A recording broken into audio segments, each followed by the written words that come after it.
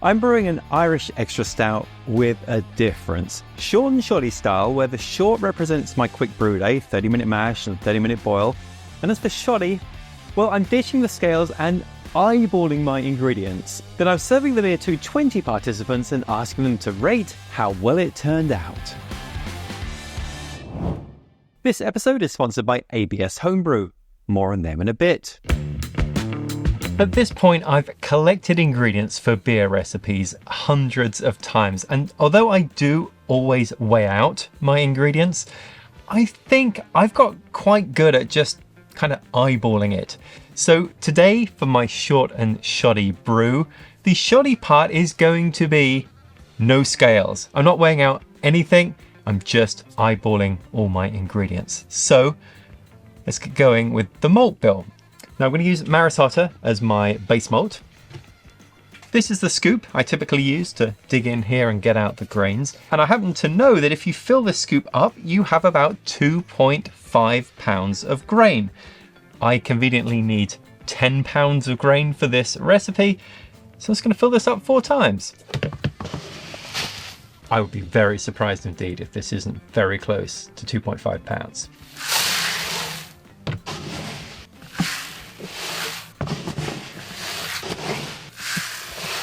All right, next up is roasted barley. I need 1 pound of roasted barley. I'm using this scoop here, and this scoop typically holds about half a pound of grain, I think. So I'm gonna need 2 of these. That's 1.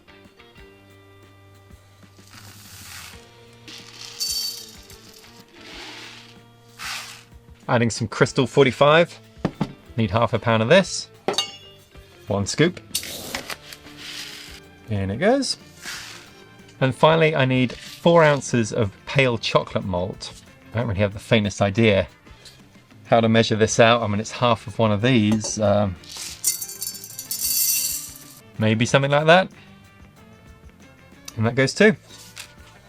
All right, gonna mill these ingredients up. Irish Extra Stout is often regarded as a bolder, more robust cousin to the traditional Irish Stout, and it can be traced back to the 18th and 19th centuries when stouts were categorized by their strength, with extra that denotes a higher gravity and a bit more of a pronounced character.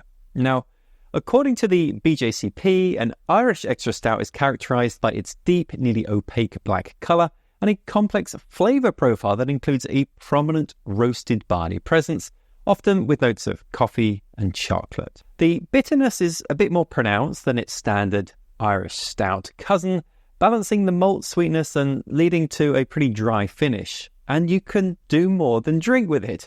Irish Extra Stout has historically been used for culinary purposes, particularly in Ireland, in stews, marinades, and even desserts like chocolate stout cake.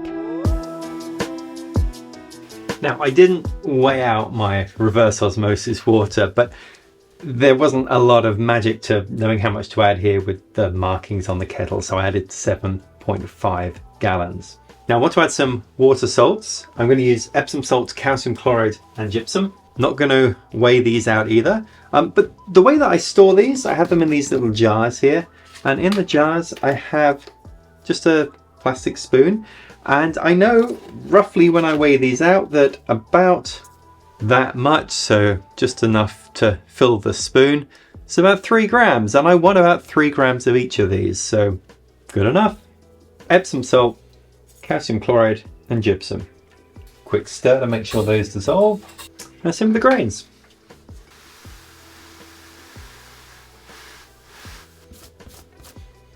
Yeah, I see why Trent from the Brew Show wears an apron.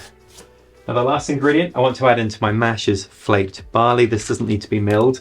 I know just from my personal inventory that I have 1.9 pounds of flaked barley left. So I need to put about half of that in here.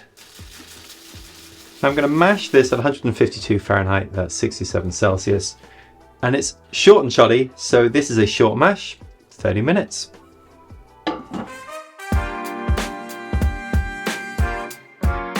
This is starting to come to a boil, so I need to start thinking about what hops to use. Well, I'm going to use UK Challenger as my only hop in this beer, so this will go in at the start of the boil.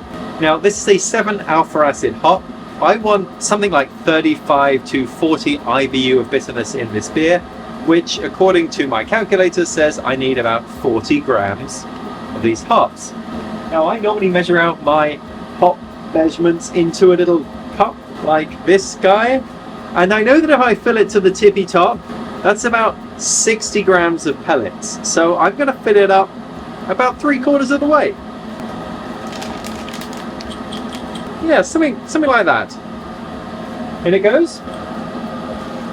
I'm going to boil this for just 30 minutes. And that 30-minute boil gives me a chance to talk about today's sponsor, ABS Homebrew. ABS Homebrew is the new name consolidating ABS Commercial, ABS Small Parts Shop, and Atlantic Brew Supply Homebrew Store, all under one umbrella. ABS Homebrew offers a huge supply of beer ingredients and equipment for order online with fast shipping. And if you're ever in the Raleigh, North Carolina area, you owe it to yourself to stop by the store and check out their selection or participate in one of the many in-store events. Also, be sure to subscribe to their excellent Fermentality podcast hosted by Kat Pierce. Find out more at atlanticbrewsupply.com. When the 30-minute boil was complete, I chilled the wort down and then transferred it into my fermenter. Now, I'll never know how much malt and how many hops I actually added into this recipe, but I can get a bit of a clue from the original gravity reading. Now, my brewing software said that with a 62% brewhouse efficiency, which is what I typically get with these 30-minute short and shoddy mashes, I would expect to see an original gravity of around 1056. What did I get? 1053. So really not bad at all, and who knows what the reason for that conversion is. Sometimes my brewhouse efficiency goes up or down in that 30-minute period. I might have nailed the amount of ingredients for all I know. But now it's time for the one ingredient that I don't have to measure out. It's the yeast, and now I am adding in here Imperial Yeast A10 Darkness into this beer. I'm going to ferment this one at 68 Fahrenheit, around 20 Celsius.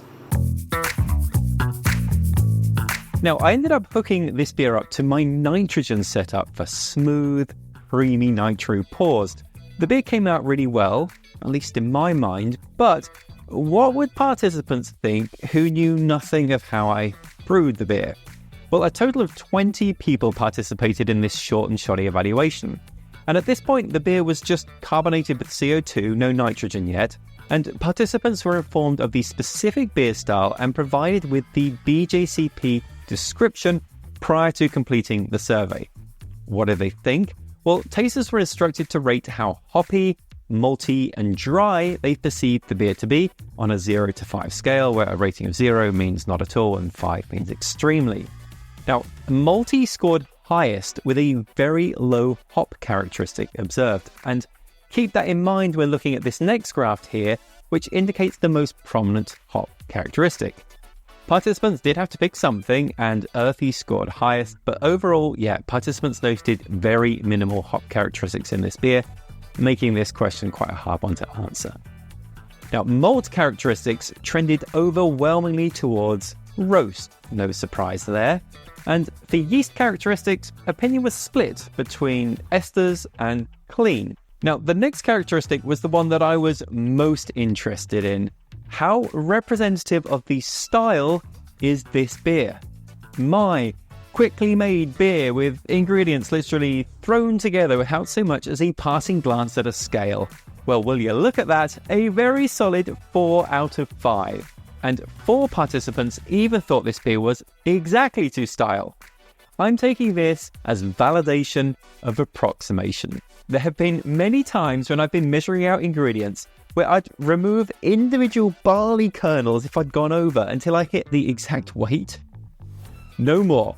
Close enough is good enough. Then the final data point, this is personal preference, how much participants enjoyed the beer in general. And given that the beer was rated as largely representative of an Irish Extra Stout, this one really comes down to how much participants enjoyed that particular style.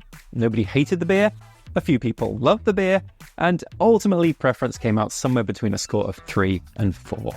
Overall, I'm really happy with this beer, And while I probably will take the few extra seconds to weigh my ingredients in the future, I'm going to cut myself a break about being uber precise about it. I've got to think I'm not the only person who's made a beer by eyeballing everything, and if that's you, I'd love to hear about it. Now, I did crack out the scales for another short and shoddy brew, and you can see how that one turned out right here.